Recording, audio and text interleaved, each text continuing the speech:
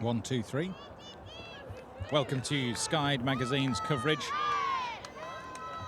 of the World Under-23 Ultimate Championships here from University College London Sports Ground on the edge of the capital city. We've got a women's semi-final for you right now, Japan versus Canada. We've just seen these two teams match up in the Open division, Benji. Did you get a chance to watch that one? I did indeed.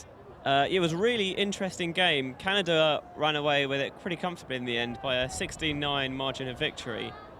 And they were able to utilise their height mismatches pretty well, take a lot of deep shots. Japan had struggled working it through the Canada zone.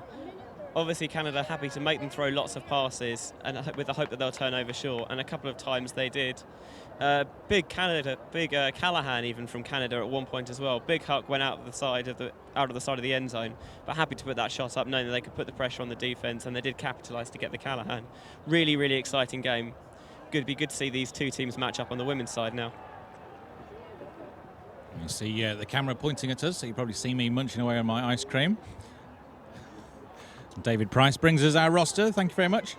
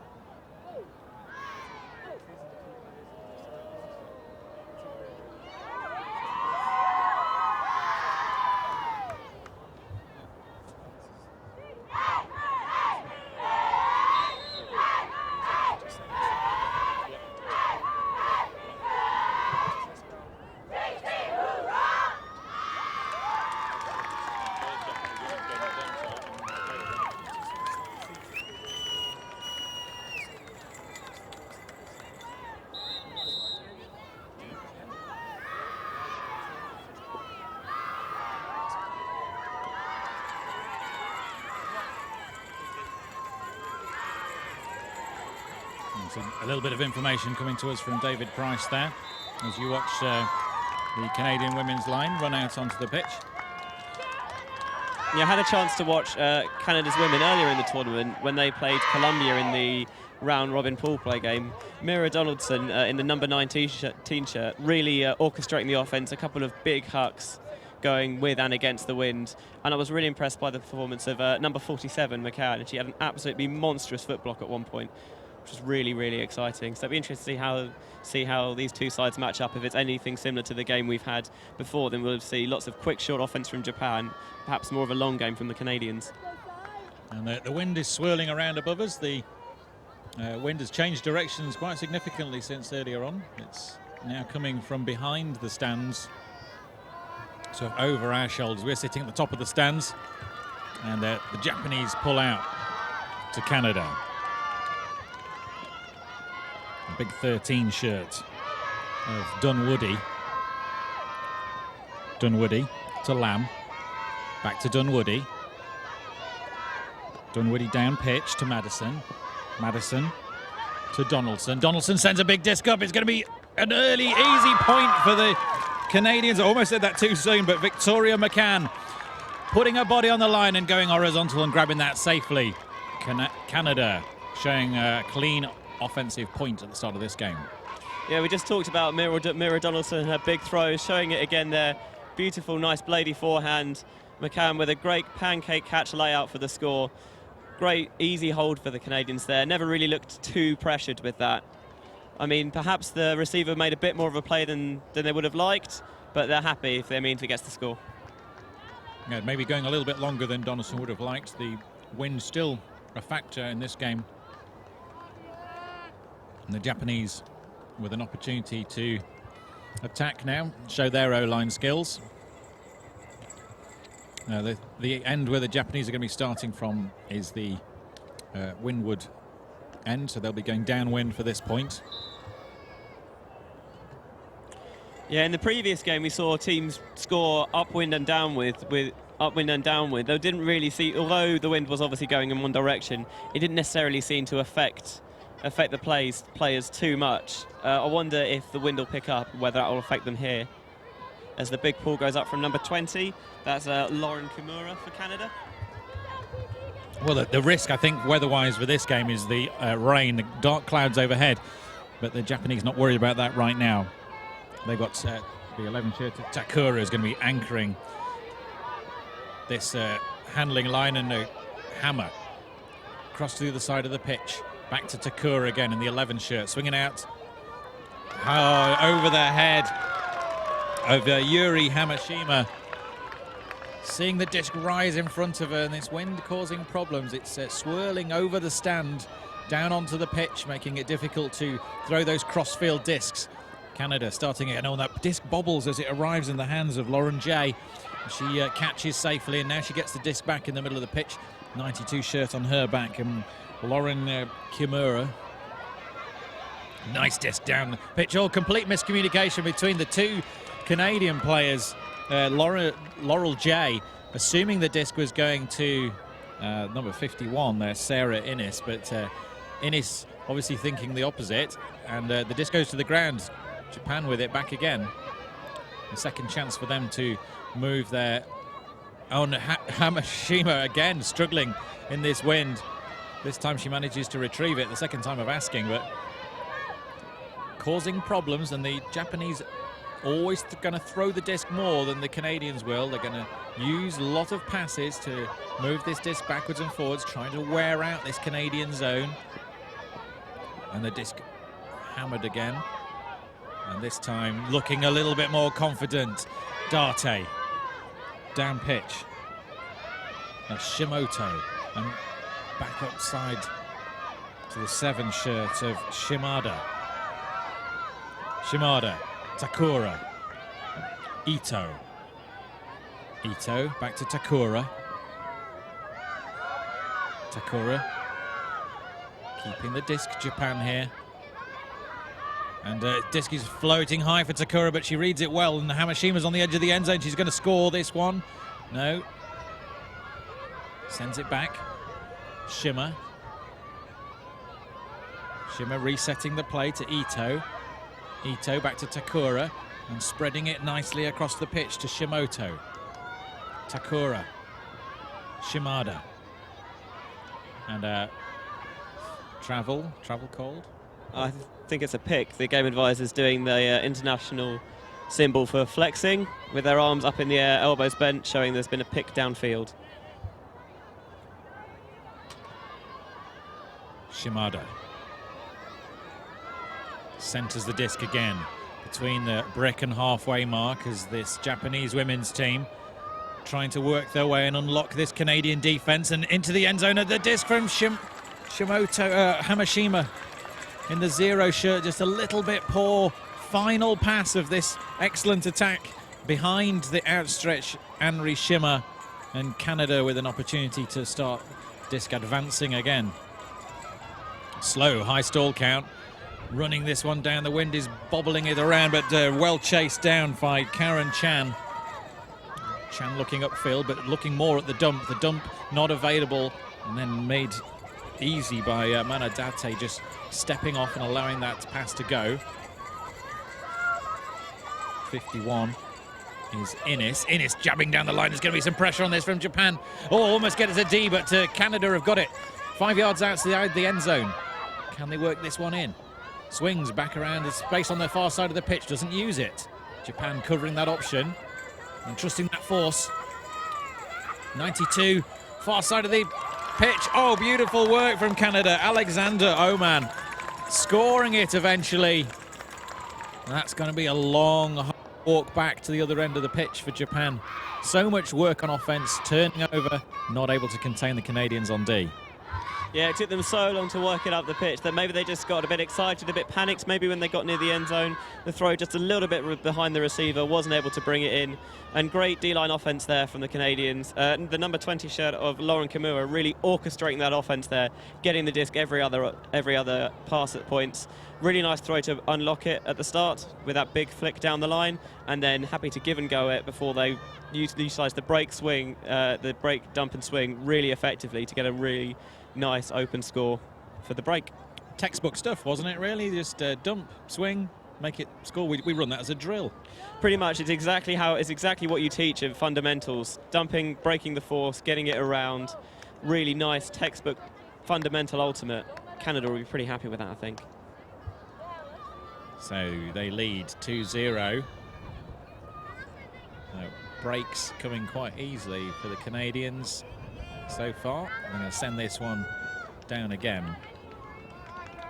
Now, these two teams met in pool play where Japan went straight out into a 4-0 lead, but Canada won that one eventually. This time round, not going quite so much of Japan's way. Takura over the top to Kato. Kato back to Takura, and we see her so involved in this play. The 72 shirt of Kato again. Shima jabbing the disc through the cup there to Shimada. Back to Takura. So many passes to commentate on this Japanese offense. You'll forgive me if I don't pick up every name along the way. Shima and Takura combining in the center of this handling line. Happy to swing it around, and the mistakes eventually arriving. Shima passing to Takura when she wasn't ready for it, didn't step forward and receive that disc, and they're going to have to defend now, the Japanese. Pressure coming, but not enough pressure to get the turn. Canadians moving the disc with Busson, and a pressure paying the disc too high. Yeah, Canada putting on that zone. Japan happy to work it out. Lovely little popped hammers over the top, but making that number of passes, eventually you're quite likely to get a turnover. Canada got it, but really nice defense, following the play onto the break side by the defender to tip the disc out of the end zone, and Japan will have another chance to hold here. Again, we see that early hammer to open up this field and get the cup running, and they are running, but their only options don't seem to be to swing it back again. They don't have that expansive break disc. Date picking the disc up, and she insists the disc is up. I'm not quite so sure the Canadians saw it that way. The 4 shirt of Marie Goost. It says Marie Genest, but we've got some pronunciation notes that say that's definitely not how you pronounce it. So maybe I'll ask one of our Canadian spectators just to get that pronunciation right for us. Takura for Japan. Disc was called up. And again, another mistake. And pressure from the Canadians paying. They're going to put this one in if they can. Spreading the play, making it, finding the disc with Marie taking the shot into the end zone, but not good enough. Yeah, I think maybe they picked up the disc a bit too quickly, didn't set properly, and although they reset the disc nicely, again, a bit clogged and clustered in the end zone, throw slightly overthrown, Japan getting it on that horrible, horrible front corner. Every other time we've seen it, they've got it here. We've seen them hammer it over the top. I wonder if they'll do it again. This time it's a sidearm which floats a little bit in the air, but Hamashima's not got a problem railing that in. But we see the deep defense from Canada so good, and stopping that downfield pass straight away. They're going to make these Japanese ladies play the disc, but now they're looking for a one-to-one defense and spreading the play nicely. Going to be a deep shot here, surely. Hamashima making herself available down pitch, but no, the Japanese going back again. Takura, Date, Hamashima looking. The Shimada was threatening that cut deep, and a floaty disc into space. Continuation into the end zone. Just so close.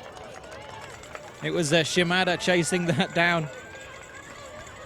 I'm feeling for these Japanese ladies at the moment. They're looking a little tired out there. All their standard plays that have worked so well against other teams, the Canadians having the legs to stay with them for pace, and making them pass it a lot more than they should be doing, considering the wind. Need to get that long game going and get that expansive play. We saw a poach, and the poach is exactly what was required. Takura just dabbing it to the floor, nowhere near her mark. See what was going on there, Ben? It looked like she saw that I think the player she was marking was on the far side, noting that the disc probably isn't going to go there, was able to kind of get in and clog the middle and get that D, although Japan give it right back. Nice defensive play there by number 87. Nicola Parker for Canada getting that block back. And this time the big disc up has been read by Japan. Bobbles off the fingers. Not a turnover because no control. Shimmer advancing the disc to Takura. Oh, and an outstretched hand of 44 is Erin Buss. And she sends a big disc. It's going to be floating too far away. The Canadian wanting to get more points on the board early on. They're sending big discs with no real possibility of connections. Too many mistakes with their long game at the moment. They only have a 2-point lead, but somehow it feels like, yes, and we see Japan calling the timeout there. Somehow it feels like Canada have got more than a 2-point lead, but they don't yet. And if Japan manage to steady the ship and put this upwind point in, they could be right back in it. Yeah, I think this timeout's a little victory for Canada here. Obviously, they'd have liked to put in that O point they got from that really, really smart heads-up defense from number 44, Erin Buss. Saw her defender coming out of that open side lane, looked around, saw the disc was there, came back to make a fantastic layout for the block. Although, same, they did overshoot the huck. Perhaps a bit of adrenaline rush, put more in it than she needed to. But calling this timeout here, it's a big victory for Canada. Really see if Japan changed their offense here, on whether Canada, who used a person, look pretty effectively there, switch back to their zone, or whether they stick in this one-on-one defense. So myself and Ben still getting used to attempt to sort of gender neutralize our language when we're referring to defensive strategies. We're trying to refer to match-up zone or one-to-one zone. Not quite sure either of those has established themselves in our psyche as the correct language to use yet, but we are trying our best to make the adjustments necessary to stop referring to every player as a man. In this case, they are clearly not. I think hopefully that'll be the only time I nearly slip up during the game. It'll just I think I'll get the hang of it pretty soon, as Japan look like they're spreading out of this timeout, really looking to space their offense, perhaps thinking that Canada are going to go out in that zone look, which they first showed when defense came down. Japan taking a lot of time to set after this timeout, but they finally do get set. And the game advisor getting involved a little bit there just to make sure everything was set. And we see Canadians setting up with a mark and a 3-lady cup. And deep into their own end zone. The Japanese being forced back here by Canada. But they swing back again. And just having to see a few adjustments. The discs from Japan are usually so solid. Now a little wobble on this disc. But Hamashima swinging it back across to Takura. Takura's got Date if she needs. Shima. Hamashima. Not ever going across the top. Always around the sides, across the other side of the pitch. No expansive deep options available. Hamashima's loitering in space on the other side of the pitch, but not able to take that option. Little poke over the top to Shimmer again. And this time we've got a little bit more space, but again the Canadians are quick to neutralize that advantage the Japanese gained for themselves. Takura with the disc once again. A little bit of a game of chess between these two teams at the moment. That's a bit better from Japan. Shimada making a move to get down pitch, but the wind just catches that disc as it approaches Anri Shima. She manages to grab onto it and gets it across to this key handler, Takura. Hamashima on the far side of the pitch with the 0 on her back. Anri Shima again. Oh, that's going to float and fly. And it's a mistake, receiving error from Saki Kato. And Canada have got it again. Parker with it now. Parker to Pham. And across to Lam. And a block from the 72 shirt of Kato, making up from her error on receiving that previous disc, getting the block back for Japan.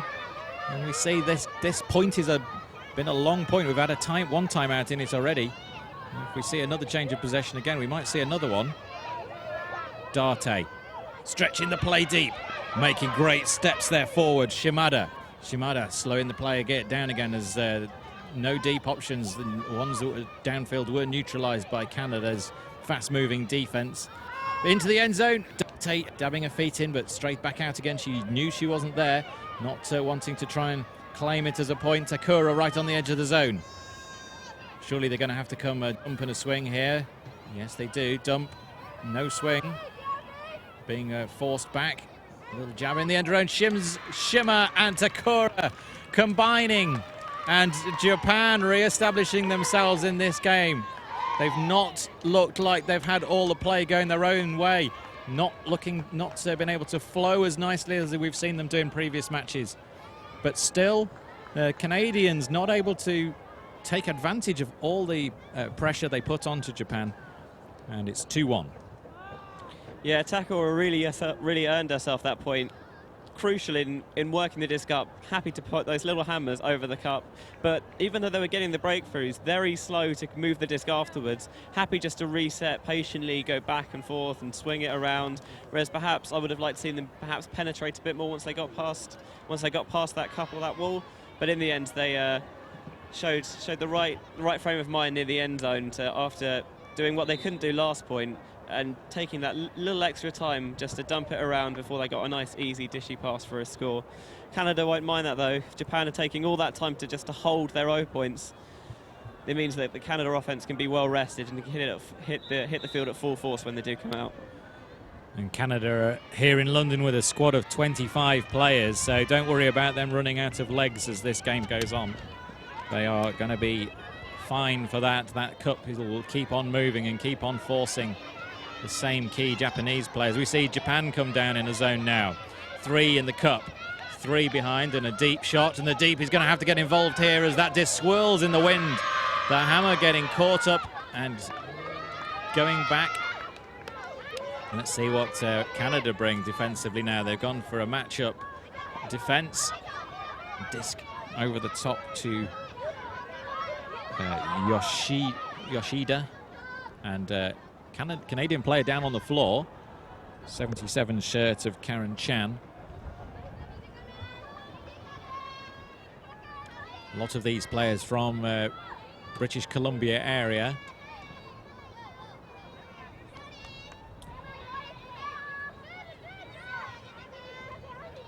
.72 Kato to 6.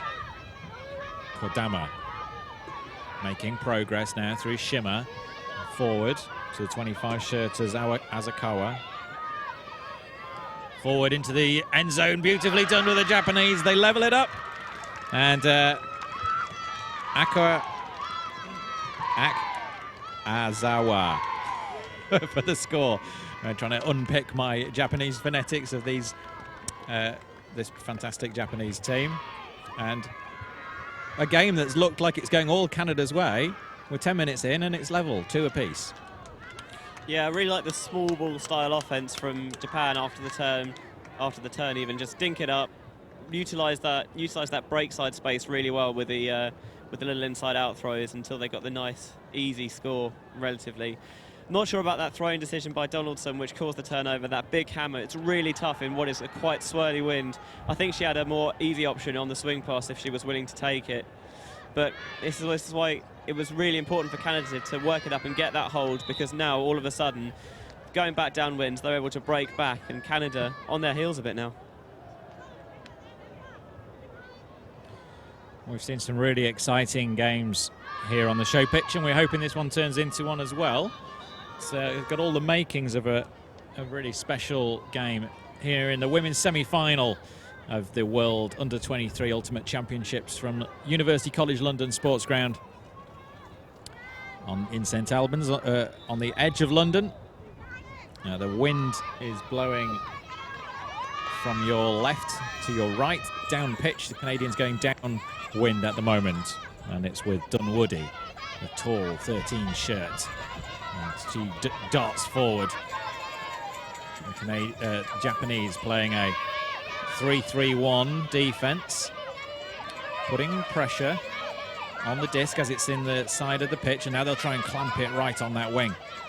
No swings coming out there, but does manage to squeeze a disc down the line. That's good stuff from the Canadians. Back to Dunwoody. So it's Donaldson there, the 19 shirt. She's got options back and uses them. Canadians trying to find the way through this Japanese zone. Clogging the space, standing off the mark a little bit, and the deep from Japan able to get across easily and take that option away. The Canadians have turned again, getting a little impatient against this Japanese zone. Japan. Ito, Hamashima, and across the other side to Kato. Picks herself up, dusts herself off. So it's not Kato, that's Ogawa. 91, not 81, and a call on the play. Just trying to establish what the call was. Our game advisor's not able to establish what the call was. What was your view, Ben? I think it looked like there was a pick in the middle of the stack. It's one of the problems that you do see occur with this vertical style offense, is that you often do get collisions and picks caused. Looks to have been resolved pretty quickly, but there might be a debate about what the stall is on. We see the game advisor from this side of the pitch, who's a Japanese speaker, going across to translate.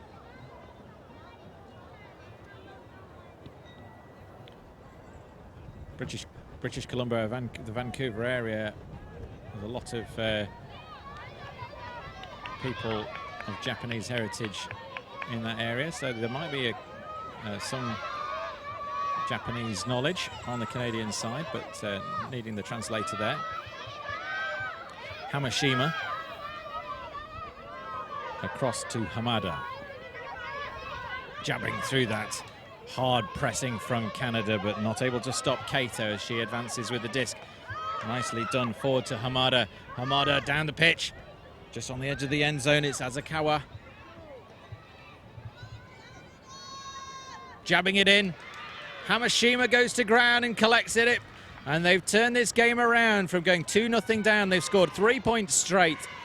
Taken their time overdoing it as well. And they lead Canada 3-2.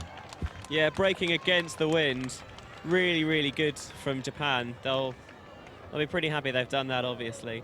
The Canadian offense there, just looking a bit flustered against that zone. When they got on the sideline, they did really well to get it off. Nice big purposeful fakes to try and spread out that cup, and they were able to swing it. But in the end, you said it earlier, keyword there, impatience. Perhaps weren't happy to, just aren't quite as happy to take the small, easy passes, which don't gain much yards as the Japanese are. In the end, they did turn it over deep, and Japan utilised that short game all the way up the pitch against the wind for the break. I think if you're going in that direction, that's definitely the style of offence to use. We've seen pools going in that direction just kind of take the wind and die somewhat. So the small ball offence probably the right way to go there, which will play into the Japanese hands. We can see if the Canadians alter anything here, whether they continue to perhaps put it deep a bit more or try and follow the Japanese style more and work it up. Yeah, you don't feel like the Japanese are in any hurry when they were on offense. Happy to take 40 passes if that's what it takes. The Canadians looking a little bit like they were less comfortable on the disc and not responding to the pressure as well as the Japanese counterparts have done, but it's back with Lam. Nice disc through the middle, but it's dropped by 51. Sarah Innes unable to control that disc as it came to her. Japan looking like they might score 4 in a row here. A risky disc from the 22 shirt of Tanaka, but it's out to Yoshida. And fakes left and right. All the Japanese players within 15 yards of the disc at the moment. Shot into the end zone, not quite perfect. It's right short of the on the line here. 39 is Yamauchi. And back across the pitch again to Kato. Kato looking for that end zone shot, looking for the space. to find it. Kato making that continuation cut. Beautiful work from Kato. Nice short pass to Furukawa. Continues her cut. Canadians unable to stay with that. Great work from Japan. They extend their lead. 4 points in a row now for Japan. Canadians on the back foot. And a timeout called by Canada. Yeah, that timeout call, that doesn't surprise me. Japan now putting four on the bounce. That's a huge momentum swing, when at the start it looked like Canada were easily in control, couldn't break on that third point. Japan even got the hold, and they've rolled from there. That strike cut is absolutely textbook. That's how you run it. Throwing on the move, making sure you're keeping your pivot foot down to avoid the travel, and burn straight up line. The defender did not have a chance, and a really fantastic cut there for the score. That is how you draw it up. I wish I could make my strike cuts like that, in all honesty. So we've got the dump and swing from Canada earlier in the point, which was textbook stuff, and then we've got up the line cuts from Japan, which was textbook stuff. This is a good game of Ultimate to watch if you're wanting to learn about the sport, learning about the moves that the top players make, and in fact all players should be able to make. These are fundamental things, but fundamental things done extremely well at this high level. And when you've got the leg speed of some of these Japanese ladies, Yoriko Kato was the 81 shirt there, making that fantastic cut. A little 1-2 disc. You're watching Sky Magazine's coverage of the WFDF World Under-23 Ultimate Championships from London. We're at the University College London Sports Ground here in St Albans. The wind is swirling around the stadium pitch, coming from behind the stands and over the pitch towards the camera, and a little bit from your left. Quite a lot from your left, actually, but there's plenty of wind out here. That's the key thing to remember. And as it's coming across the stands, it's swirling a lot. So discs on the far side of the pitch, as you look at it, wobbling around in the sky and causing a few handling and receiving errors over this side. You're listening to Tom Styles, that's myself, and I'm joined by Benjamin Rees, who's providing our colour commentary. And the game so far has been a great one, hasn't it, Ben? Yeah, pleasure to be commentating on this game. I got an absolute barnstormer for my first game yesterday. This looks like it's shaping up to be just as good. Japanese didn't get their heads down after that early break. Took a timeout on their goal line. I was a bit sceptical about using the timeout there, but it's paid dividends as they're able to collect themselves, work the full 70 against the wind to hold, and they've just rolled from there to take a 4-2 lead. And let's see, have a look at their defensive set here, as they're going to come set up fast, approaching the disc. It's an aggressive one-to-one mark from Japan this time.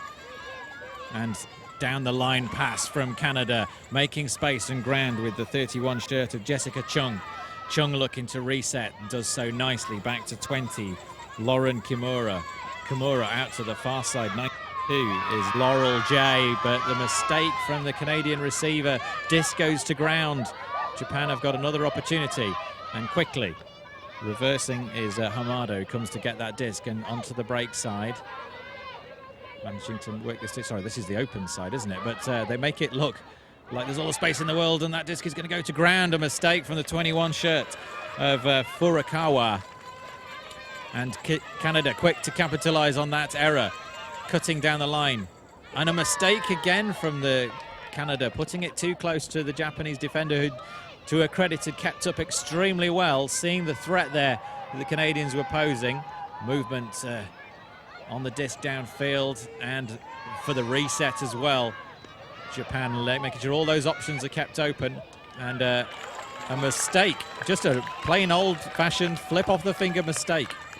Yeah, did that come out of our hands, or was it foot blocks? I'm not sure. Either way, it looked a bit strange to me, and Canada now get the disc looking to get a crucial hold, and they drop it.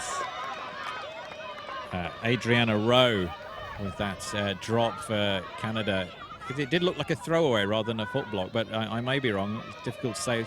Far side of the pitch for us, and Japan fluidly moving the disc forward again.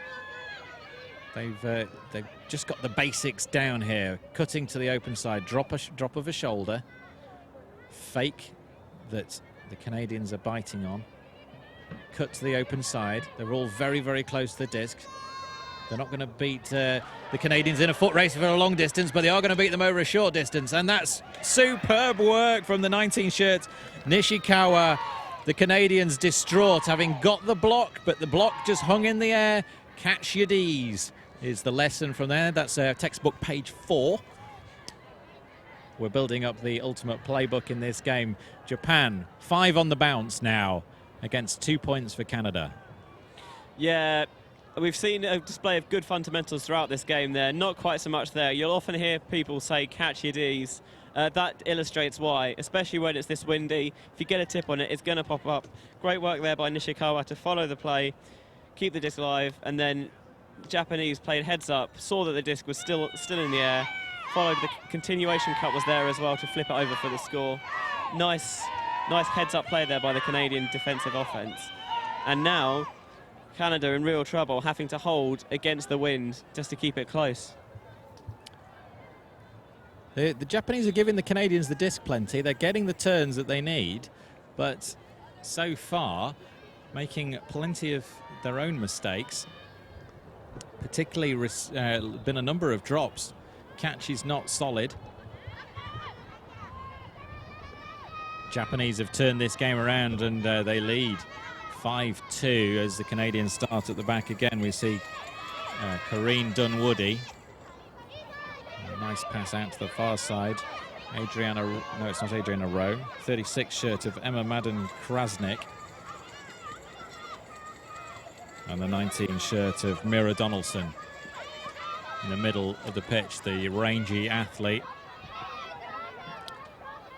And a high grab, and it needed to be a high grab. The disc from Donaldson had got high for Lisa Wong, but she collects and gives back to her teammate. And again, another disc just catching the wind, rising before it arrives in the Canadian hands. And Darte bidding and taking a turn, but a call on the play. Mana Darte seemingly get a block, and the Canadian that bid there has gone down.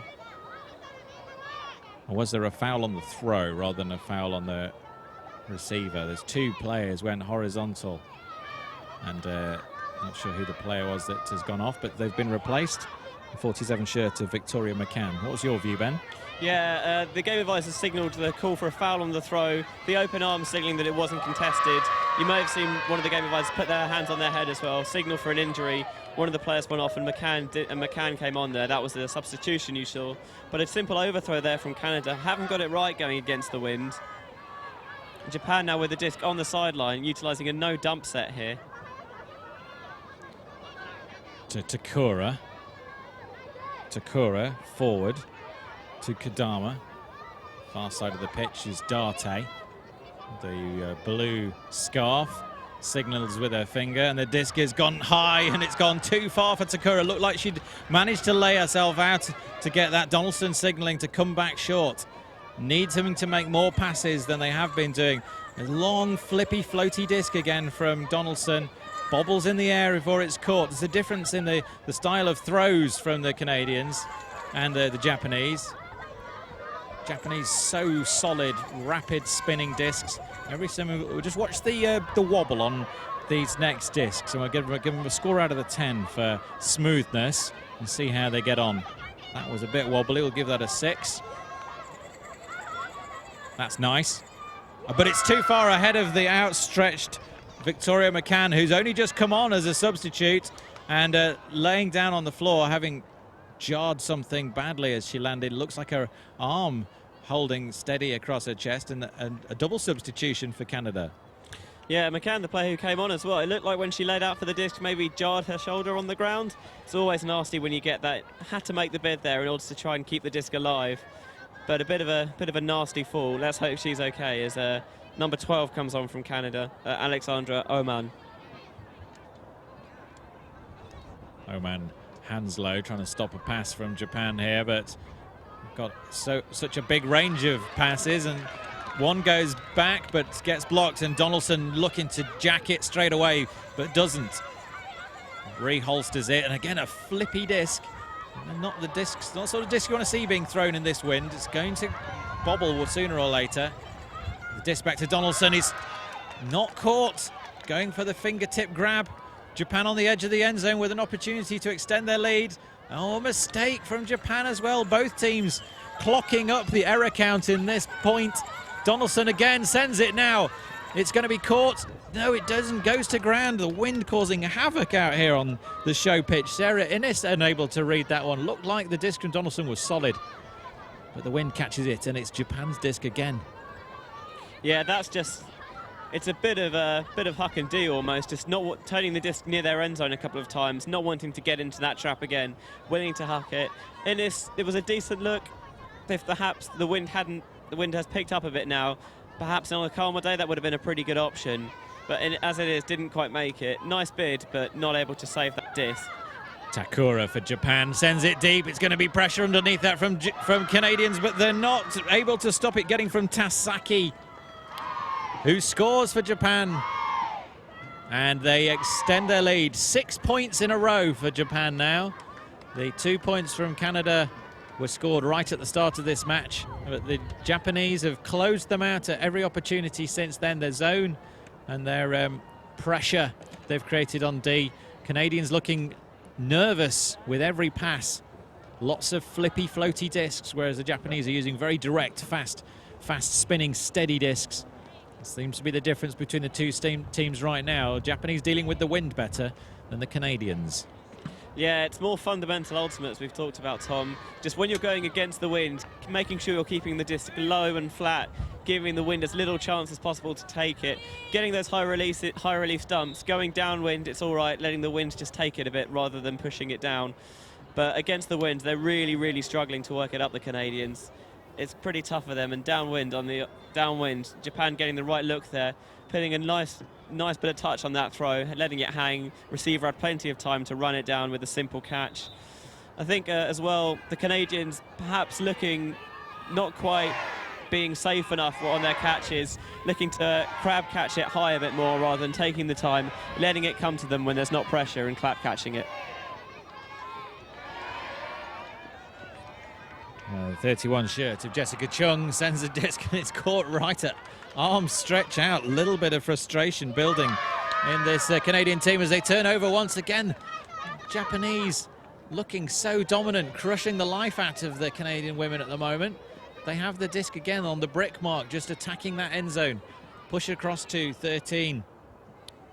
Awoka. Awoka.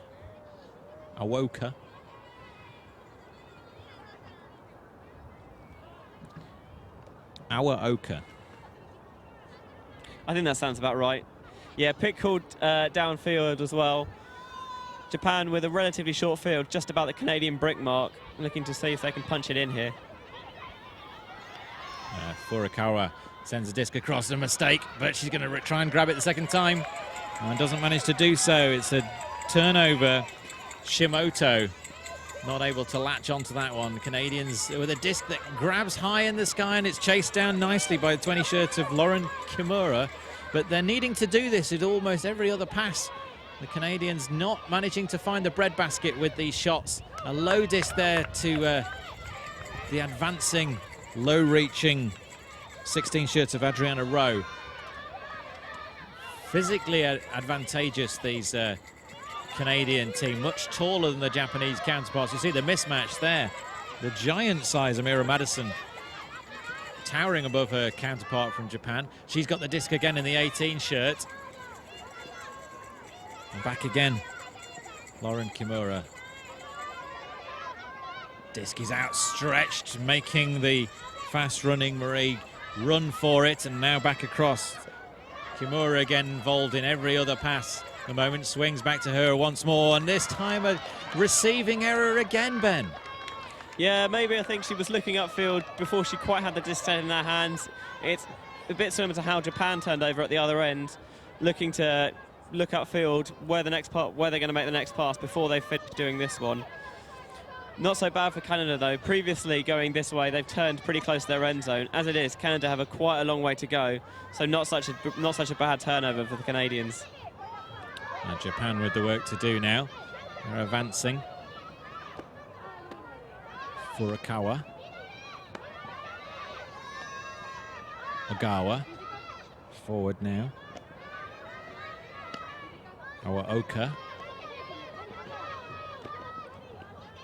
Fluid movement across the back of this handling line. We've seen they don't make the long passes that the Canadians make, but the passes they do make are rock solid, right into the breadbasket. And in these windy conditions, that's proving to be much more successful. But you'd be forgiven for thinking that on a lot of these Japanese passes, there isn't any wind. It's just solid discs, absolutely steady, every single one of them. Trying to make that continuation cut up the line, but the Canadians blocking it nicely. Now moving it to Ogawa. Spins off the front of that stack. And a high grab's going to be pressure underneath this, but beautifully read. Unfortunate for Rowe as the disc goes flying over her head, looking to get that block after it tipped off the fingers of Awaoka. We'll get that name right in a minute. The 13 shirt causing commentator nightmares here. Nice to Shimoto. So a bit of a curvy slowdown as she ran that. No travel called though. And the disc goes to ground. Canada with an opportunity. Can they get back on the board? A deep shot goes up. Fast running and laying out. Huge grab. Absolutely necessary. Amira Madison showing a lot of commitment there to grab that disc, making absolutely sure the Canadians score their first point in 7 to get back onto the scoreboard. They still trail Japan 6-3. Little bit of momentum change there, Ben. Japan not able to score as freely as they have been. No, just a couple of throwing errors there. Saw the last disc get turfed. And then a quick pickup by number 31, Jessica Chung, saw the receiver deep, had a good mismatch on Madison. It was well deep of her person, and it was an absolute picture-perfect layout for the score. Made all the photographers and the spectators in the stands very happy with that one. That'll be really good to see on the replay later.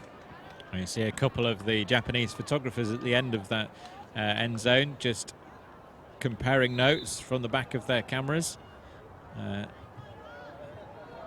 think they're going to have to start using this vertical mismatch they have in a number of their team. Japanese don't have a big height difference range in amongst their squad, and the Canadians do. Some of their taller players really do have quite a big height advantage, and Amira Madison in the 18 shirt, one of those players. The disc has made it to about the halfway mark. That's just short of the halfway mark. It actually would have been better to be a penalty offside to get that, but Japan now facing a Canadian zone. One chase, and then it's 3-3. Japanese happy to keep that fairly close. Poach is being cut off by the fast approaching second line of Canadian defenders. And they're going to have to run a little bit further away from the Canadians if they're going to keep this disc alive. That was nearly a mistake, and the Japanese have gone backwards a little bit here, but across the pitch to Date and Ito. Shima. Back to Ito, back to Takura. Dead centre, happy to handle, happy to throw a lot of passes, keeping this Canadian zone moving, and it's going to be pace underneath here required. Takura manages to read it well, and a little popped hammer to expose the gap behind this wall. Solid passes again from Japan, making it look simple, trying to expose a deep shot or two now. But no, swings again. Not using the full width, not using this half of the pitch hardly at all at the moment. And an impressive chase down, and the Canadians have switched their defense to 1-1 D. They've abandoned the zone halfway through the point. And outstretched again.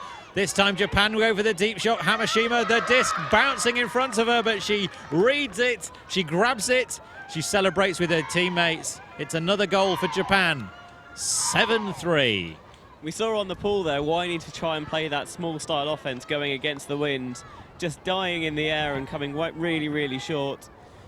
Japan using those little hammers over the cup to try and unlock the defense. The Canadian transition was really, really good.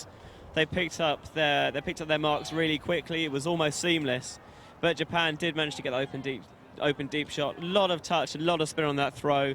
Bobbled a bit, but just hung nicely enough for the receiver to set herself, take her time, clap catch it easily for the score. 4-point deficit for the Canadians, half-time approaching. If they want to bring this back, they've got to try and find something new fast. So Canadians only scoring once in the last 8 points. They scored the first 2, and they looked dominant for the first 15 minutes of this game, but they didn't manage to capitalize by putting points on the board, just holding Japan back. And now that dam has broken, the Japanese flood of points, getting 6 on the bounce before Canadians scored 1, but they've just had that returned again with another Japanese score. Japan playing complete ultimate now. Yeah, we talked about in the when they matched up in the pool play round robin how Japan went 4 points up at the start and then the Canadians were able to pull it back. We'll see if they're able to capitalise here and start to come back here off this short pull. Both teams struggling to pull into this wind, and Rowe getting a little bump off a Japanese counterpart. Doesn't even notice it really. And aggressive, nice, fast flowing offense from Canada. The assist from Victoria Lamb. And Canadians, for the first time in a long time, looking confident on the disc, flowing nicely. And the Japanese respond with a cheering walk back up the line.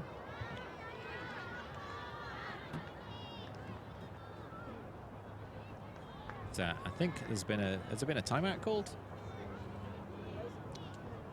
I haven't seen the advisors call for a timeout here, or signal, or make the tee even to signal that timeout has been taken. So I think Japan just getting all their team together, trying to keep their spirits up for this point.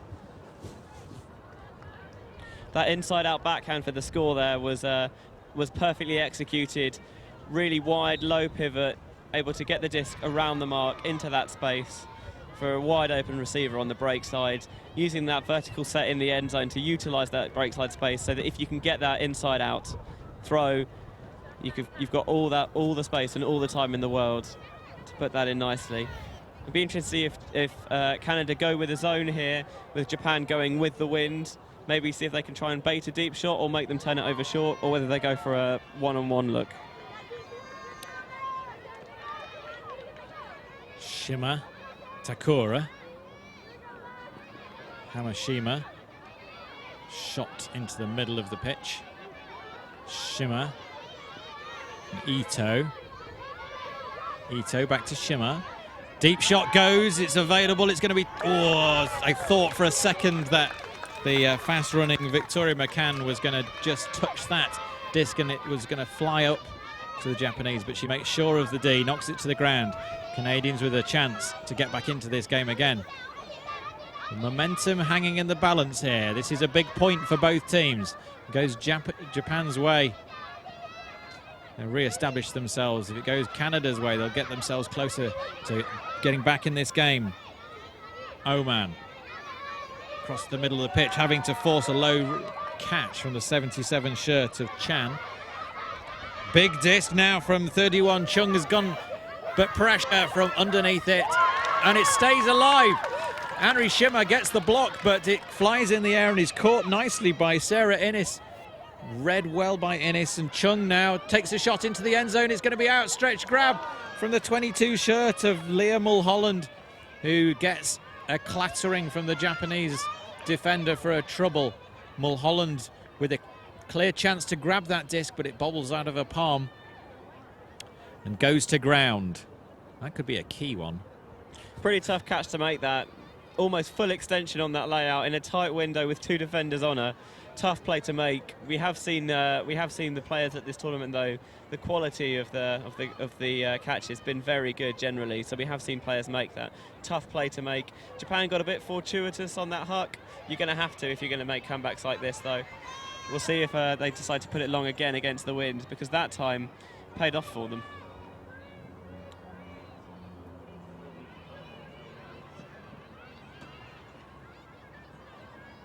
The Japanese, middle of their own end zone.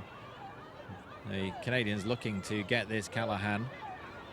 And they're all most of almost the entire Japanese team is in their own end zone at the moment. In fact, they all are now, all of them in their own end zone. But they're going to work this disc out. And it goes deep, and it's going to be run down and almost grabbed, but it's too far ahead of the outstretched Shimada. We see McCann with the disc now for Canada. Over the top, and Hamashima gets the disc back for Japan. Reading that mistake better, Takura, Ito. Ito bobs through, and again a mistake from Shimada. We saw such solid play, and now the big disc has gone up from Canada, but it dies. That seemed like an absolutely perfect disc there from Jessica Chung. It was going to rake itself into the far corner in the front corner of the end zone, but the wind hit it, dropped it like a brick. No chance for the receiver. Chung disappointed, having thrown what looked like a perfect disc. Yeah, Chung's shown about one of the few Canadian players to have a willingness to rifle it against the wind, try and have some big throws. It worked last time. That time not so successful, but making the Japanese play from their own end zone line. It's not such a bad call, as they nearly get the turn right away, and they're going to have to play from inside their own end zone again if they want to have the score here. And they get the turn. Mistakes from the Japanese, looking so solid early on in this game, forced to swing 5 passes across their own end zone. And the Canadians have the disc again. We hear 3 whistles, so that's the half-time cap he's going to go on after this point. Chan jabs it into the end zone at the front corner to an excellent fast-cutting Sarah Innes, who grabs it and celebrates with her teammate. Canada roping themselves back into this game. They still trail Japan 5-7. Yeah, Canada's zone getting what they wanted there. Japan didn't really have the deep shots. They put it long once. McCann cleaned up beautifully at the back, and then the other times they weren't able to get that look downfield. Some overthrows out the side of the pitch. A nice patient end zone offense there. Got it off the line well. Tried to recycle it, wasn't quite there, but a great cut from Innes to get free on the open side for the score. Canada now with a chance to break downwind to reduce the deficit to just 1 point going into half, before half was taken at 8 with that cap.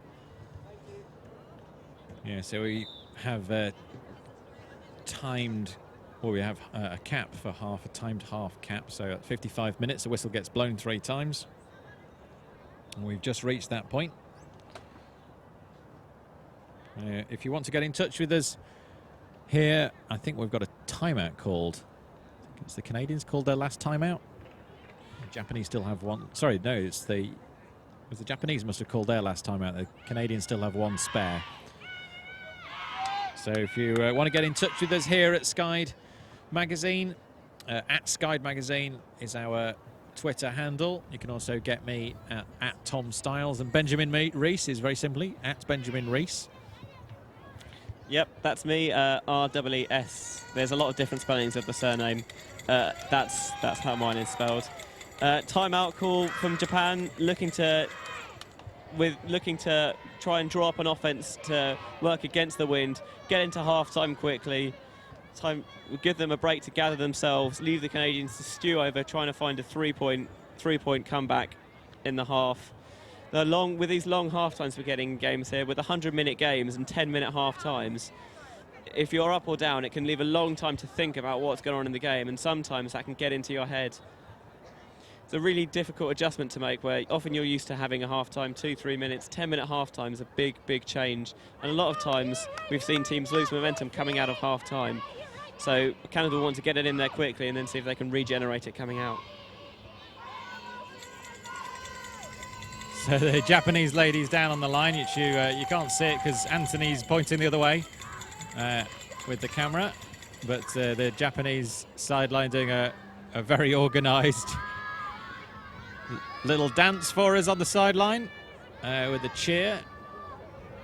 And we see the Canadians signal that they're ready to send this big disc down the pitch. Amira Madison spins that disc down to Takura. And An offside call from Japan. The game advisors signaling to the Japanese ladies that the Canadians had strayed offside. It's the first one of the game, so they'll have to re-pull this one. Any subsequent offsides, and the Canadians will be giving the Japanese ladies the centre mark. Japan have to keep their foot on the line, so the receiving team have to keep one foot on the line until the disc has been released, otherwise they're offside, and they do that twice in a game, and there's a different penalty, a reverse brick marker in the middle of the end zone. Takura, Shima, Date, and a mistake from Shima. Has been so solid up until this point. She lets it drop to the floor, not able to grasp her fingers around this. This momentum is swinging towards the North American team, and a sure-footed two-handed grab from Laurel J, making absolutely certain that that disc was coming to her. Puts herself on the floor, two hands around the disc, and they've caught back up with the Japanese. They still trail by one, but it's 7-6 to Japan. All set up by a fantastic pull. A lot of time we've seen teams be called offside, and as such gets into the pullers' heads and they're not able to recreate it. But another great pull there. Canada was down there quickly, put the pressure on Japan to make them turn. Really nice, simple end zone offense there. Just one cut open side. Karen Chan's throw was absolutely on the money. Great clap catch layout from the Canadian receiver. And all of a sudden, the momentum swung right the way back to the North American team here. I think we're seeing an object lesson in how to manage your team's morale and mental game here. Both teams have had plenty of reason to let their heads drop. The Canadians made a quick 2-point start and had Japan on the back foot for the first 15 minutes of this game, preventing them from scoring and really putting the pressure on. Japan then recovered from that, sorted their own game out, and put 6 points in a row past the Canadians. And they've scored, they then traded a point each, and then the Canadians have gone on another little run here. So the momentum has shifted. And this time it's been called offside again. And has it been called offside? I'm not sure what happened then.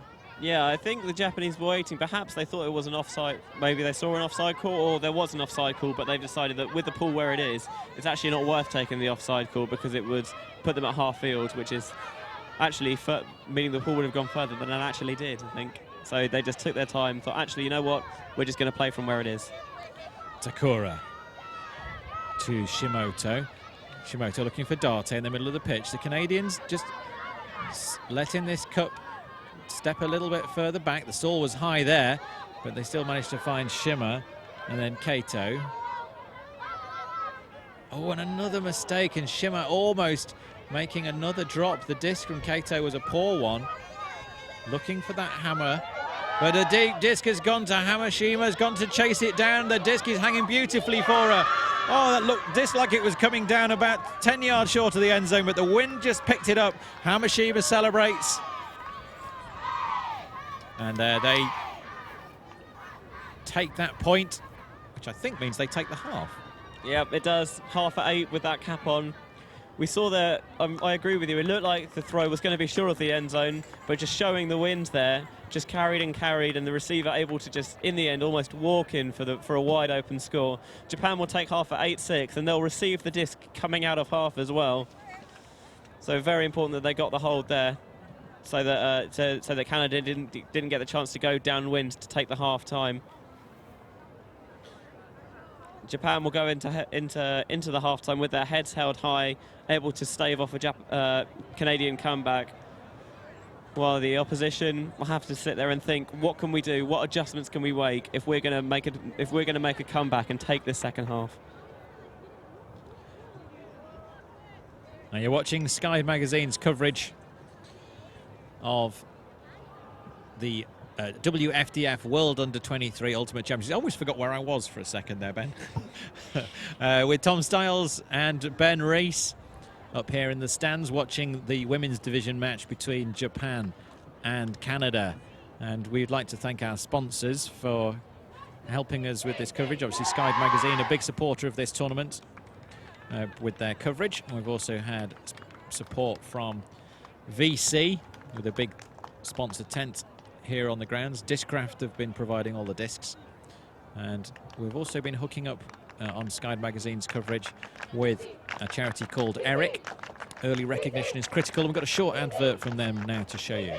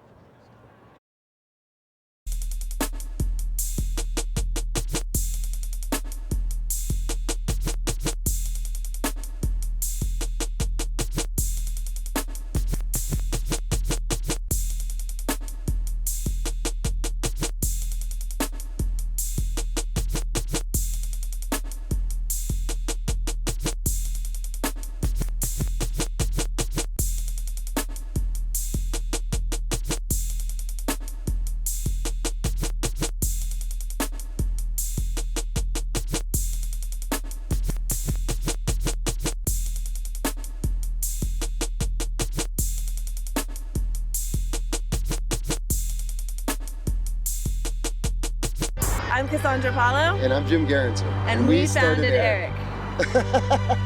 ERIC is a nonprofit that teaches kids body awareness through ultimate frisbee. We're going to teach your kids about sportsmanship, spirit of the game, conflict resolution. They're going to have a great time, an amazing message about cancer, that it's not something that's not a death sentence. It's not something you need to be scared of. It's something that you need to have a winning attitude towards, like an opponent on a field. Go Team ERIC!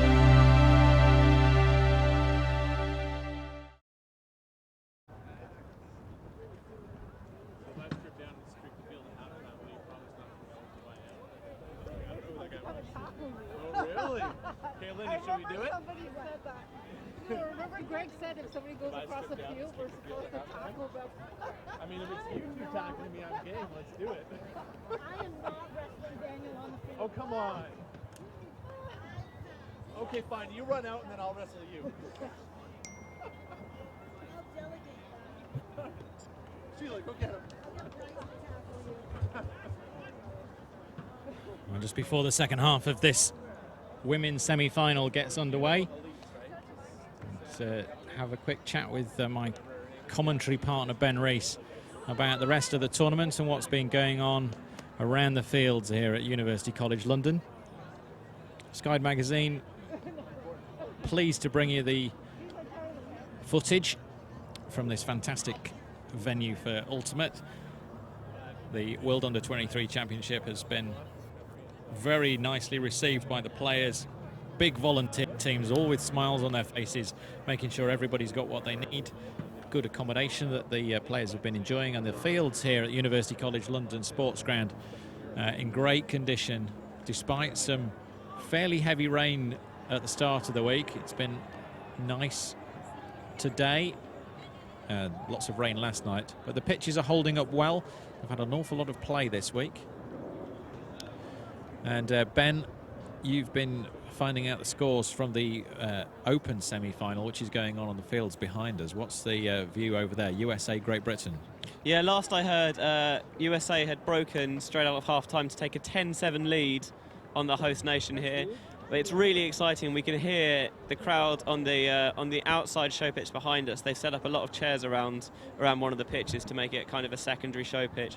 We keep hearing hollering and whooping behind us, presumably you'd expect for the host team.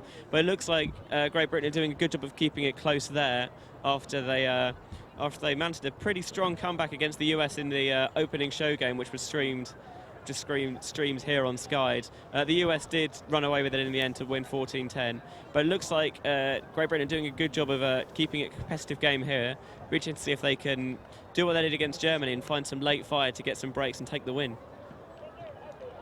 As I was watching that Great Britain-Germany in a traffic jam on my way up to Nottingham last night. The duty to C2 up there, so wasn't able to stay and provide the commentary, but adequately, more than adequately, had my chair filled by the dulcet tones of Mr. David Price and Liam Grant, who have been commentating on some of the other games. The sports ground here is going to be the venue for the World Ultimate and Guts Championship in 2016. A lot of the same people involved next year as well, and a lot of the bits and pieces that have been going around here, anything that's not gone quite to plan or not worked quite as well as they thought it would, has been written down, noted, and it's going to be worked on and improved next year. I was involved in announcing the opening ceremony myself, and I'll be also involved in announcing all the finals and the medal ceremonies as well. So we've got an awful lot of bits and pieces to be thinking about. And Ben, you've been talking to some of the players from Great Britain Mixed you've generally been following. What's their view? Because this is a venue they'll be familiar with from domestic competition, but the atmosphere is completely different this week. Absolutely, a palpable excitement in both the players and spectators here. It's clear that this level of competition, when there's much more on the line, just players really want it. I watched them earlier in just a 5 versus 8 kind of semi-final placement game against Chinese Taipei. They beat the Asian side 17-5 earlier in this tournament. They say it's tough to beat the same team twice, so it proved to be the case. GB came back from 12-8 down to win in sudden death 13-12. With some fantastic plays from the Great Britain players, clearly showing how much they wanted it. Some absolutely monster layout Ds and pinpoint hucks. It's this level of this that you don't see at the at national levels of competition. When you're playing for your country and you've got your shirt on the line, big players just come out and they make fantastic plays as they did there. And they're currently in action against South Africa Mixed, which we can see going on on one of the pitches far beyond us. Yeah, those 5-8 brackets, semi-finals and finals, I always think are some of the most interesting games at a Frisbee tournament, where the team are playing for pride. And always look, when you see a big international tournament, look at the team that's finished 5th, because they're the one that lost that quarter-final, and they've gone on to recover, get their heads up, and play solidly throughout the rest of the week in order to finish off the highest step that they possibly could up the rankings. We see Kat, one of our games advisors, jogging up the stairs. Are you here to speak to us, Kat? No, just here being friendly. Yeah. She speaks Japanese, which Yeah. might explains why she's running off the field and not recording. Yeah. Just go on to explain that. Thank you very much. So, yeah, Kat just explaining that Linda, one of the game advisors, speaks Japanese, so that's why she's been involved in an awful lot of the game advisor role, trying to run on and offer translation services if they're required.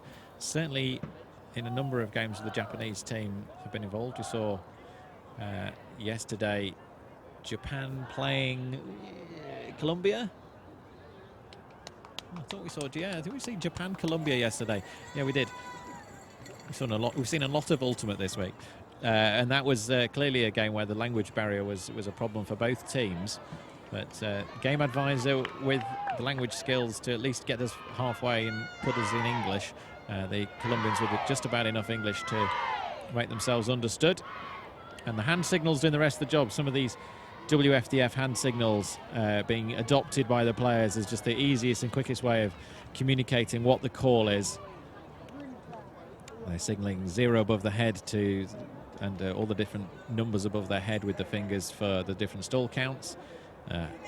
They're signaling the gun show sort of muscle flexing position for a pick.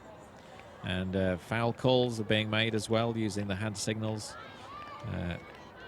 Big shout of foul and then explain what you mean with the hand signals. The rest of the players on the pitch and the spectators in the stands can understand what's going on. Absolutely, I found it helpful just spectating and doing commentating as well, just seeing the game advisors. Sometimes you don't always see what's going on downfield, so it's really helpful to have that there. I'm pretty sure lots of the other spectators have found that helpful, and the players as well, especially like you mentioned, when there's that bit of a language barrier, having that option to use the hand signals, and so everyone can quickly and clearly see what's going on. made things a lot easier. I think it's a really good introduction to the game. If you wanted a more vivid demonstration of how strong this wind is, we've just seen Canada's top puller put the disc out at just about the halfway mark. Disc across the top and a huge bid from the 20 shirt of Canada, Lauren Kimura. But it stays with Japan. Takura and Shima. Clearly a great combination. A disc into space. Oh, you've got to chase it down, but it just goes beyond her. If she'd turned and gone that direction the first time, she would have been able to reel that one in, but it's got herself wrong-sided. And Madison with the big disc is going to be brought down by Canadians. Great grab from the 12 shirt of Oman. The Japanese defense switching up, and Hamashima reading that one better and getting in front, gets the block back for Japan. 2 changes of possession already in this second half. Hamashima with the disc now, jabs it to Shima. Shima looks deep, and this time it's the 7 shirt of Shimada. Takura was looking deep, but she's definitely one of the handlers in this line, and pressure from the Canadians, turning that over, and comes up with it. Fantastic work from the 51 shirt of Sarah Innes, keeping that disc alive for Canada. Chan has got Kimura, she uses across the other side of the pitch, and a mistake from the 18. Amira Madsen making big plays in this point and also big mistakes.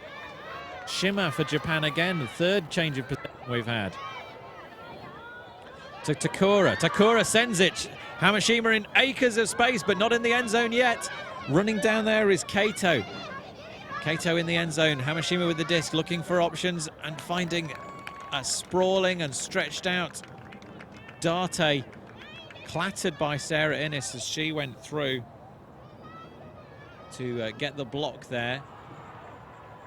And waiting, no requirement for that. Sarah Innes can uncontested foul. Japan have the disc on the edge of the design. Takura. Players cutting left and right. Sensible pass. Shimada flicks into the end zone. Takura with a beautiful continuation cut from her handle.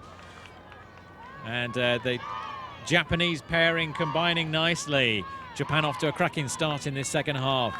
After multiple turnovers in that point, they put the point on the board. 9-6.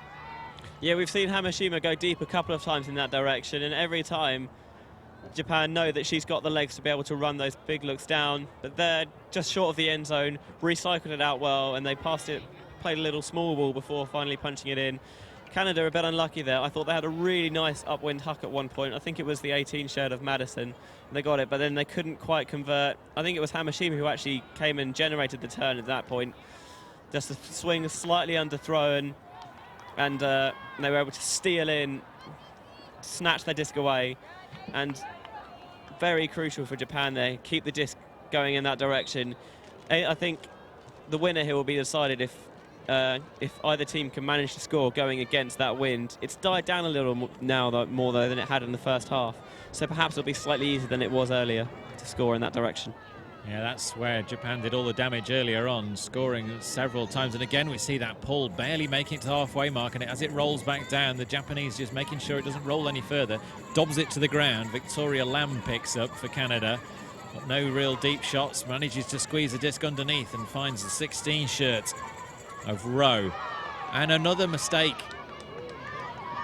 This wind causing havoc for both teams. Now we see the Japanese. Can they make progress upwind? Nice short discs.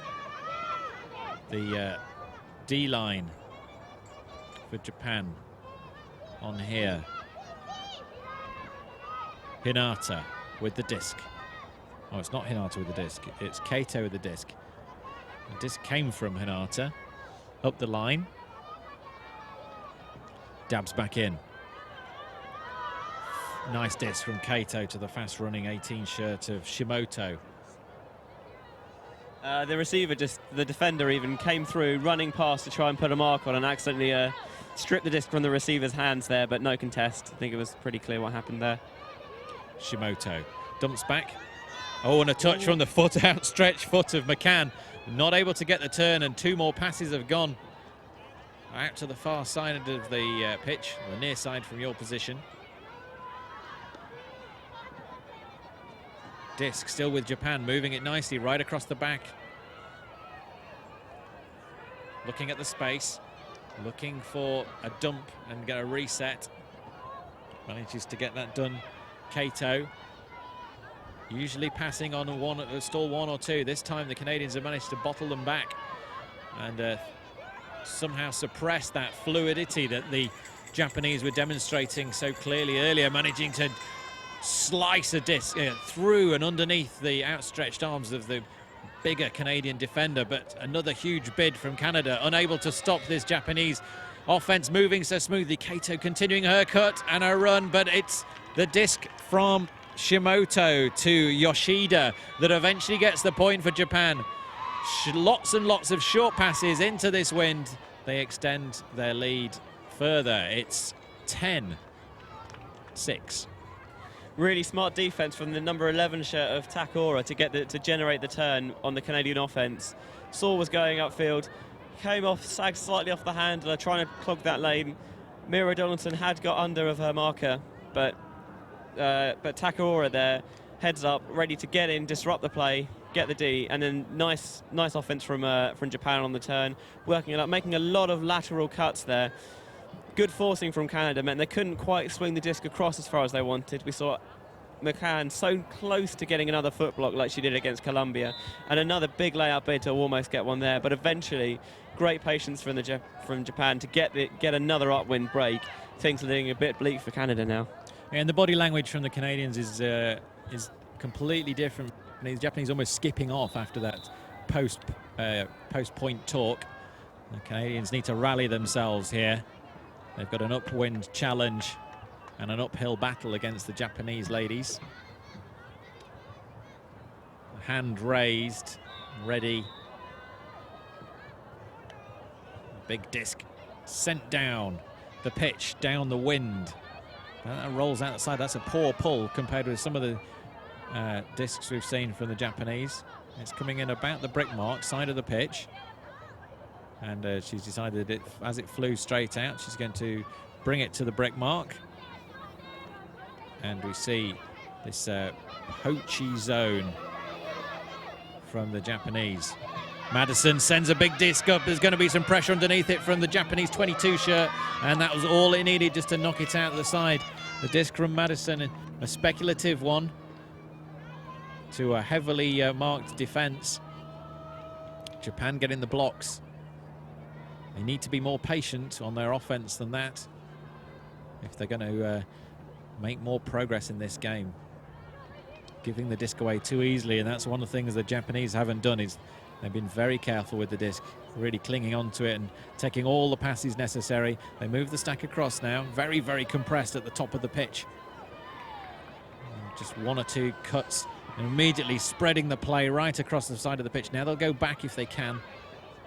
No, second pass is there. Now they're really into their natural flowing style of ultimate. There's a deep option available. Are they going to hit it? No, they don't. Steadying the ship, coming back around again, losing their space, moving their marks around, switching it from one side to the other. Break across and short pass, and 2 lovely little discs. And now the deep option's opened up, stretching her legs, but the disc is going beyond the fast-running Yamauchi, and it's Canada's disc again. Yeah, Japan even setting up very, very short after that turn without a dump, almost looking for the front of the stack to come and become a dump option if needed. But they worked it up nicely, and I thought the put was on. Receiver perhaps got her feet caught under her a bit, wasn't able to make a bid on that disc. But Canada put a nice upwind huck to get it on the end zone line, and now they make the turn, the throw just a bit behind the receiver. Big disc from Japan into the end zone, but pressure from 2 different Canadian players, and we see on the ground one of the Japanese ladies took a clattering there. The 10 shirt of Tazaki.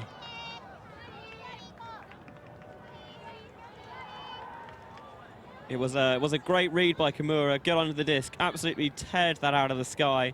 It looks like Tasaki is okay to continue though. That's always good to see. Yep.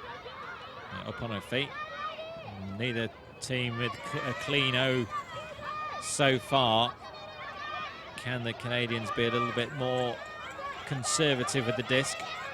We're seeing a poach in the lane there from the Japanese. She's re-established her mark now, but the deep option is going to be going from Canada, the fast running.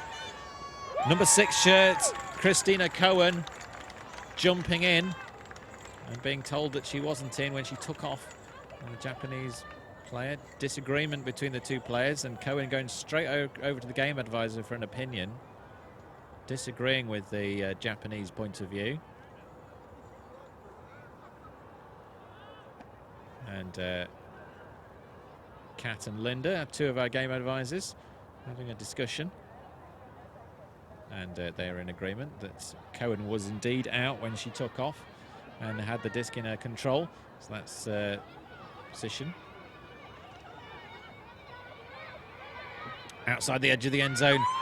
And just enough touch, and the 2 Canadian players bashing into each other as they both bid hard for that disc. Just enough fingertip touch from the Japanese as she saw the disc flying overhead. Kadama with the D. Canadians still struggling in this breeze to score, and they now set up a zone, quickly shouting, moving the position. They were looking like they were going for a matchup D, but they've changed it very quickly, just as the Japanese were bringing the disc to the line, and Japan adapting so quickly and so fluidly, as though they had been preparing to play against the zone all along. And you see Canadians drift back out to a matchup again. They swapped so fluidly between those 2 defenses. It's impressive stuff from Canada, but it seems to have little impact on the ability of the Japanese to move the disc. The 12 shirt of Hamada and Kadama. Oh, big clattering D. Great block from Canada. They've got the disc back, but 3 players on the floor. And the 25 shirt of Akazawa has maintained the disc, so it was a strip and an uncontested strip call as well. The 31 shirt of Jessica Chung should be congratulated for that great bit of spirit. Uncontesting that strip. And a block from the 15 shirt of Amy Liu, who's barged past a couple of Japanese players in her enthusiasm to get this point moving again. Innis to Chung. Chung looking downfield, and a block from, oh, and it's jumped in. It was a block from Tasaki, but jumped in the 20 shirt of Lauren Kimura. Amazing work from Canada, just patience and aggression and riding their luck a little bit at the end. But they put it in eventually upwind. And the Japanese ladies marching back to the other end of the pitch with a song and a dance and a skip in their step. It's going to take more than 1 Canadian point to stop them feeling they've got control of this game. Yeah, we said earlier, catch your Ds. I think that's maybe a bit speculative in that instance. I thought it was a great play, but the disc just hung. Good thinking by Kimura to see that she had the time to jump into the end zone for the score. Upwind earlier, we saw an absolutely pinpoint precision huck from Amira Madison. Canada couldn't punch it in, and then great thinking by the Canadian defense. Saw that Japan were going to set up that stack. Quickly call a zone, set into that, force Japan out of the look they want, out of what they wanted to set up, and as soon as they spread out and got away from their initial offense, they transitioned instantly into a one-on-one defense, and then were able to generate the turn. Really smart defense, and the transitioning there was so quick. That's exactly how you would like to do it. Yeah, the shout to go to that zone D happened maybe 5 or 6 seconds before the disc was checked in, and the Canadians immediately listening to that instruction. Everybody took their roll up so fast, and then transitioning back to a one-to-one mark halfway through the point. And floaty hammer, but no pressure on it as it goes across. The Japanese looking to swing it around the back here. Not been too many points scored in this game. It's been a fairly slow one, and a mistake from the Japanese Hamashima. This is something we've not seen so far, but still smiling. They high-five as they run on and try to cover their marks. The big Canadians downfield, looking to put this one in, a floaty disc, but Parker gets up, grabs it. Parker back to Jay, and pressure from, and a strip call from Karen Chan there. I'm not sure Shimada likes that call at all. Looked, the two players got there at the same time. So disc travelled away, and we see Linda, a Japanese-speaking advisor, step in straight away and join the conversation. Yeah, the debate here will be about whether Chan had full control of the disc before the Japanese defender was able to get a chance at it. We saw Canada set up that zone, and they got the short turn, which is what they wanted. It's exactly what happened at the start of the game, but when they generated the turns going in that direction, they weren't able to punch it in, and Canada and Japan even did eventually hold. We'll see if they were able to. Canada are finally able to capitalise in this direction now. So coming in on one. And a quick start, Chan. And she immediately goes to shake the hands of Shimada and celebrating with it, and then immediately runs back to her team to celebrate that assist into the end zone. The Canadians not out of this one yet. They trail the Japanese 8-10. Yeah, the reason that score seems so easy is because on the previous throw, before the stoppage occurred, two Japanese defenders had tried to get in order to make a D on it, but they weren't able to. That left a free person upfield, and they were able to strike quickly. I think it's Genet maybe with the goal. I'm probably pronouncing that incorrectly, so apologies for that. But really smart, realising that there was no one marking her, and with a nice easy open side cut for the score. All of a sudden, Canada, their heads up, trying to force another comeback. Maybe they can beat Japan twice in the tournament, coming back from 4 points down both times to do it. So it's Marie Genet. We weren't far away. Genet. We'll try and work on that one for the rest of the game. Yeah, apologies for any mispronunciations on both sides. Vintage Ultimate helping us out with the translation or the pronunciation up here. We appreciate your help. Players from around the world coming together in London and creating a commentator catastrophe on occasions. We're doing our best, and we appreciate your patience and your support. Hamashima. Back to Takura. Shima. Ito. Back to Shima. Takura. These key players, 1 and 11, Shima and Takura have been so key. And Ito now. To Shima, to Takura. Hamashima on this far side. Hamashima going back to Takura. Over the top to Ito. Ito back to Shima. Back to Ito. Ito palms it off. Keeping the disc moving, keeping this cup guessing. Back again. Shima. The disc to Takura is a nice one. Curving across the pitch. Hamashima seeing lots of space to expose downfield. And a big disc going up. It's raking across the sky. The Canadians are going to be underneath it. And they managed to get just enough pressure on the disc. And a call, a foul call down in the end zone there from Kana Akazawa. Akazawa didn't like the physicality that the outstretched Amira Madiston brought. There didn't seem anything particularly nasty about it from my point of view. She was bidding on that disc fair and square. Yeah, obviously any contact is not going to be intentional. It's just both receivers trying to get under the disc and getting it first. I think they realised early on that perhaps they weren't going to agree on what happened, so quick contest, disc gets sent back. Perhaps the disc wasn't quite what the thrower intended as well, was sailing almost. The receiver would have had to make a tough grab in the back of the end zone to keep it in. We'll see what Japan do now. They've got a bit more time to set up. Shimada. Back to Takura. Dominant force in this Japanese women's team. And she sends it downfield just to be perfectly read by Madison.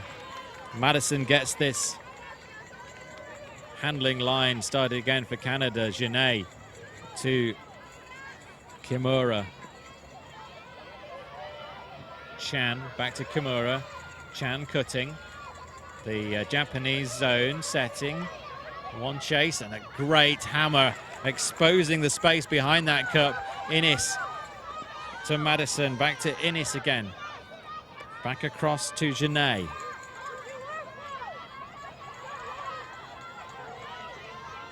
Genet to Chan. Chan backhand breaks through that gap in the cup. Very effective at finding the space and finding Kimura and finding Cowan on the far side of the pitch. And now a mistake, and the disc is gathered up gratefully by the Mulholland. And there's so much space in the back of this end zone for the Canadians to attack. Spikes the disc. The assist from Madison absolutely weighted to perfection. The Canadians in the crowd in front of us cheering that one in. They're within one of Japan again. They've steadied this ship. They've clawed their way back into the game. They've managed to hold the Japanese flowing offense at bay. Oh, got a game we've got again, Ben. Absolutely, absolutely. There's a big Canadian contingent in the crowd here. They absolutely erupted when that goal went in. You can probably hear it coming through on the commentary as well. The camera from Kimura really picked the lock of the Japanese defense to get it running. It was quite a high stall. She looked perhaps unsure about putting it up, but she threw it with a perfect amount of touch. So much spin on the disc. The receiver able to take her time, set, go full to her knees to make the catch. And what I think they've done a bit, the Canadians have done a bit better than the Japanese team going against that zone, is when they've made the breakthrough, working really quickly, playing like a jailbreak style of offense, working it through quickly, finding the open receivers before the Japanese zone can set. And now Japanese on their heels, having to call a timeout in order to try and get their heads reset and prevent the Canadians coming back and snatching a win here and a place in the final even. Yeah, there's a lot at stake here in this women's semi-final. You're watching Sky Magazine's coverage of the WFDF World Under-23 Ultimate Championships here from University College London Sports Ground in St Albans, right on the edge of the big city. And Tom Stiles and Ben Rees bringing you the commentary. If you want to get in touch with us, we'd very much appreciate it. Your tweets to @TomStiles or @Benjamin Rees or @Sky Magazine. We're getting them all. Or you could do a triple threat and tag us all in there. Make sure we absolutely, definitely got the message. Absolutely. Throw in the hashtag as well, WU23UC, which is the initials of World Under-23 Ultimate Championships. Tournament's nearly finished. I think I finally got the hang of that now. It's been a long week of a difficult hashtag. I think WUGC 2016 might be an easy one if we're back here next year. And this is the same venue and same tournament team that will be providing the entertainment and hospitality for the players attending that tournament next year. 2016 looking like a very exciting year for the national ultimate teams from around the world. But right now the under-23 sides, university level ultimate, and a mistake straight away, punished by the outstretched hand of Erin Bussin. And a big disc straight into the end zone. Canadians capitalizing on the error from Japan. They level it up, 10 apiece. What a game we've been able to see here today. This is a close one, this is a classic. Both teams fighting to get themselves into the final under-23s. And how unlikely did this look at one point? The Japanese seem so safe on their throws, not making any errors, and then this is all it takes. All it takes is sometimes this one big play to really change the momentum. Really, really good defense there from Erin Bussin, running down the pool really quickly. A throw just a little hung slightly too much, and she was able to get in with a fantastic layout block and then go and get the double happiness with the score as well. This Canadian team absolutely on fire at the moment. And you can probably hear the Canadians really chanting in the crowd, CANADA, which spells Canada, obviously. But the crowd really getting into this. The Canadians will have a massive boost from that. Japanese looking for some help somewhere. Doesn't look like they're going to get it from this crowd, though.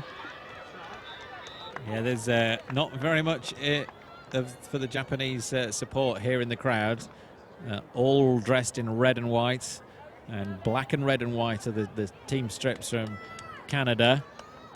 There's the 18 shirt of Madison with that big pull. One of the longest pulls we've seen into this wind. I know it's only short of the brick mark, but it's still one of the longest pulls we've seen. Can we see the Japanese steady the ship as the Canadian zone comes and establishes itself again? Kato crashing nicely, and that floaty disc that wobbled in the sky. We've not seen those from the Japanese so far.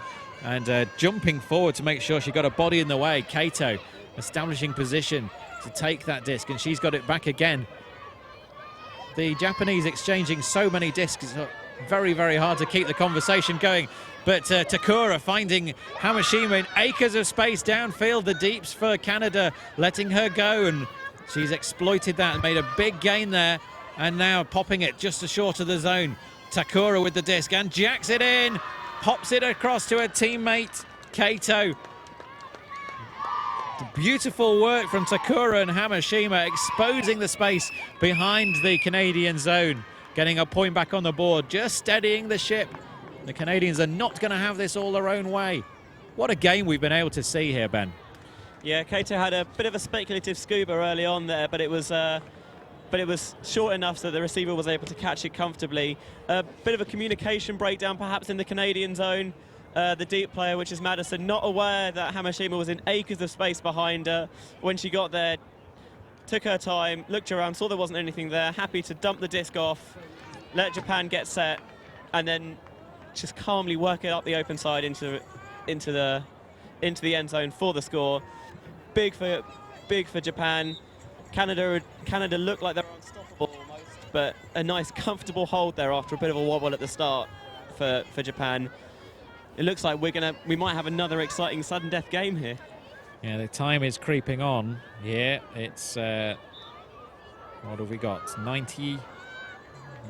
Is it slotted at half?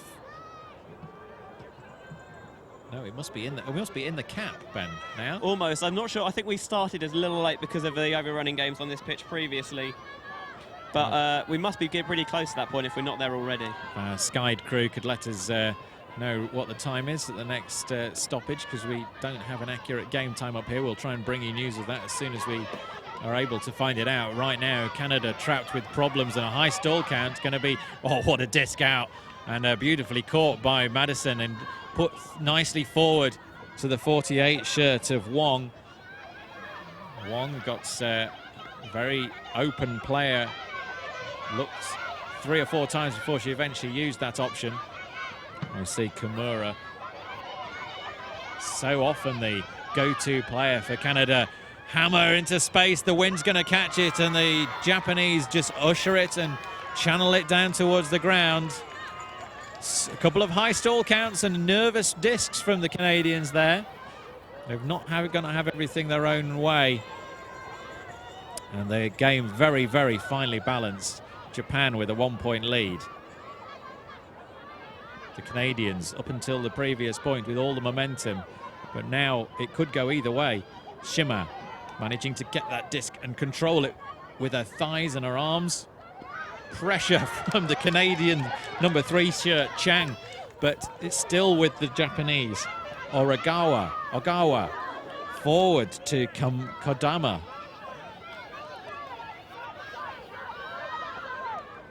Moving the disc nicely into the end zone. It's beautifully played by the Japanese women. They score another one. It's a 2-point lead re-established after they struggled against a fast-moving and aggressive Canadian team who really looked like they'd got the momentum. This has been a fascinating game to watch from the mental perspective. Both teams having big runs of points one after another. And the momentum now back with the Japanese. And we're going to wait for word from our tournament, from our technical tent about what the time is. Any word? I haven't heard anything yet, but I reckon we must be pretty close. News from around the grounds as well. USA have wrapped up a final place where they will play the Canadian team after they beat the hosts Great Britain 15-12 in the Open semi-final. So that's news of one of the games we're going to be streaming tomorrow. What happened there is back to this game is the Japanese zone pinned the Canadians on the sideline. We saw Kimura put up a hammer before, which kind of really cracked things open, but that time just overthrew it. The wind carried it to the Japanese defenders, and they were able to really thread the needle, put some passes into really, really tight spaces in order to get the disc up the pitch. But they stayed calm and were able to pop it into the end zone for a crucial upwind break. I've got a feeling it might be game. There's the 3 whistles we've heard just now, so I think the cap will go on after this point. The tall figure of Liam Grant joining us in the stands here. We'll be able to provide us with a bit of information about the point, but the Canadians have it. Chan exchanging disc with Wong. Wong looking for options and eventually manages to get it out to Chan. It is a game to 13, so the cap has gone on with before that disc was pulled. So it's going to be a game to 13. Which means the Japanese looking to turn and burn this one for their place in the final under-23 World Championships. Canadians under a lot of pressure and they spill the disc to the floor. 31, Jessica Chung not able to get that. Japan within inches of a place in the final. This semi on a knife edge. Oh, and a foot block. Both teams making outrageous plays. Victoria McCann with the foot block. Yeah, she nearly got one earlier in the game, and she's finally got one there.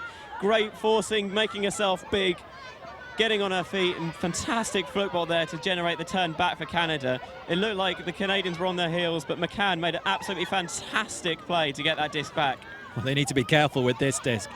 The Japanese are bringing a lot of pressure with this cup and a down pitch. There's been a bash of shoulder and face between the 12 shirt of Japan, Hamada, and her Canadian counterpart, which looks like Lisa Wong. But they moved on from that, and still count gets high again. Canadians moving the down onto this line. McCann passes through the middle. Oh, and great reading from the far side of the pitch, cleaning up that garbage. Lamb reading the mistakes from her teammates and keeping the disc alive for the Canadians. Karen Chan going to her knees to keep that one active. And somebody's dropped a knee support back on the pitch. The hammer exposed. Pressure from the outstretched, fast-running Hamashima. Gets the block for Japan. Japan moving back to Hamashima, looking down the line to space. And it's found Kato. Kato, nothing in front of her. Yes, she does. She's got a quick pat. Oh, no, looking off, making sure 100% of this disc is going to go into the end zone. Ito now. Round the back again. Hamada, high stall count. Managing to find a reset. And a call on the play, a pick called on the play. Probably during that high stall count. So what's it going to be coming back in on? 7? Yeah, we'll wait for the signal from the game advisors, let the players on pitch and the spectators know. I think there's a bit of discussion about it on the mark now about when the pick occurred. This is always the problem sometimes when you're on the disc. You're not aware what's happening downfield and you're unaware of actually what the stall's getting to. Looks like it's been coming on 6, the advisors are signalling. So options are available and no need for all of those counts. Oh, pressure from Canada, still not getting the turns. Japanese hands solid on this disc, and another bid. Japan knocking on the door of a win here. Can they put it in? Still nothing available. Canadian defense putting themselves on the line at every disc, every pass under pressure, but the Japanese still have it. Kato again. Pressure from this matchup defense for Canadians, stretching the Japanese. They're retreating. Ito now still with the disc. Nice disc underneath to Hamashima into the end zone. It is a goal for Japan. It's a game for Japan, and it's a place in the final under 23 World Championships for Japan. The Black Shirts of Canada have been defeated despite the most impressive mental game. They've shown real toughness in this one, but the victory goes to the White Shirts of Japan, and they celebrate justifiably after a fantastic performance, scoring 6 points in a row early on in this game. And that was the difference between the two teams. They hug and celebrate. Ben, we've been witnessing another fantastic game on this show pitch. Japan taking it in the end. Absolutely. One of the old ultimate adages is they say that it's so tough to beat the same team twice. We've just seen that right here. Canada were able to overturn a 4-point deficit in the first game, but this time it just proved too much. They were able to bring it back even at one point, but the toughness and the fortitude they showed to take it to that point, clearly just taking its toll. And in the end, Japan able to show nice patient offense there after that turnover to do it. I think that to finally get the win. I think they had a couple of opportunities to score earlier, but they weren't 100% happy with what they were seeing, or perhaps they were just a bit nervous about it. But they took their time, they reset it really nicely, worked it across the pitch, and a break forehand for a wide open receiver for a well-deserved win for the Japanese team. And we'll see them take on the USA or Australia in a game up next in the finals tomorrow.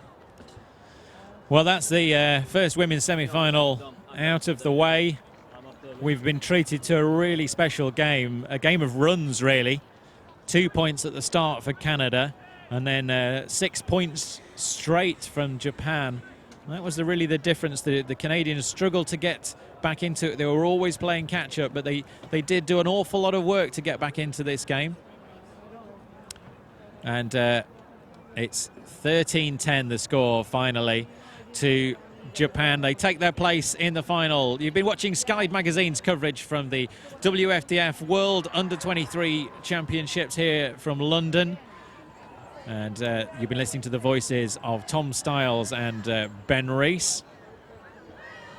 Yeah, thanks, Tom. It's been an absolute pleasure to cover another absolute pleasure of a game. Both really tough ultimate from both sides.